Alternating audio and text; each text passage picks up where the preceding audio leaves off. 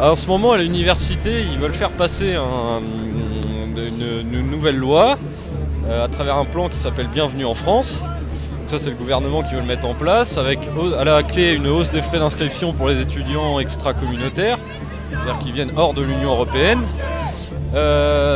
Sauf que comme on n'est pas dupe, on sait que cette mesure après elle va s'appliquer à l'ensemble des étudiants.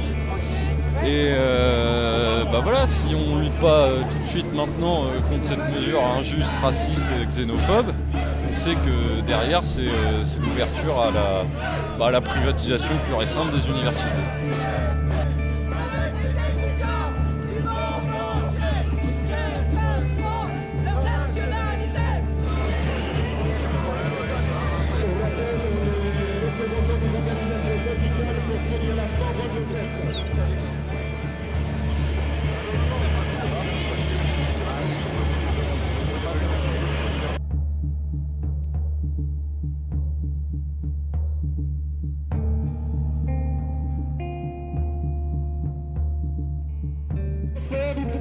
Les Gilets jaunes, c'est un mouvement qui a été spontané, qui est sorti un peu de nulle part et dans lequel beaucoup de gens ne se retrouvaient pas dans les organisations classiques.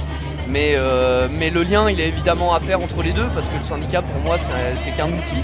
Et s'il y a des gens qui aujourd'hui veulent s'en servir pour pouvoir créer un mouvement de grève générale, un mouvement de contestation plus forte, que les gilets jaunes tout seuls, en fait, pouvoir créer des convergences, c'est ça aussi, quoi, dépasser les clivages qui sont apparents au départ, pour montrer que on est tous dans la même classe et on a tous le même but, se débarrasser des bourgeois qui nous gouvernent depuis trop longtemps.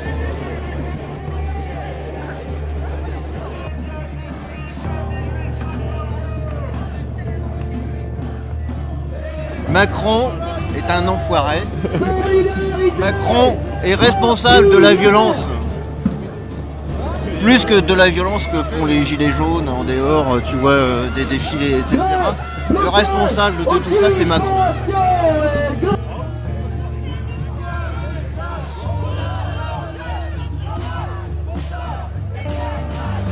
Moi, je suis dans les Gilets jaunes depuis le début en tant que militante et j'ai tout fait pour pousser mon syndicat et l'Union syndicale solidaire pour qu'on rejoigne le mouvement.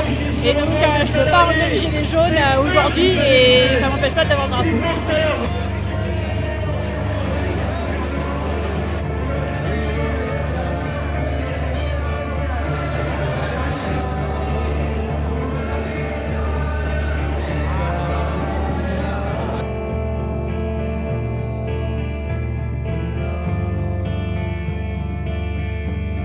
Localement sur Caen, là on est déjà au moins plus de 150 interpellations depuis le 17 novembre.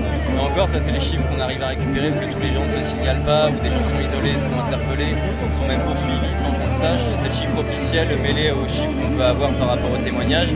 Il y a énormément de blessés aussi. On peut voir en fait que dès qu'on a au-delà en fait, des interpellations et du nombre de personnes, il y a aussi la puissance de la répression judiciaire qui est énorme. Là dernièrement, 4 personnes ont pris entre 1 an et 3 ans de prison, dont certains mois en sursis, mais ça fait de 9 mois à 2 ans et demi ferme.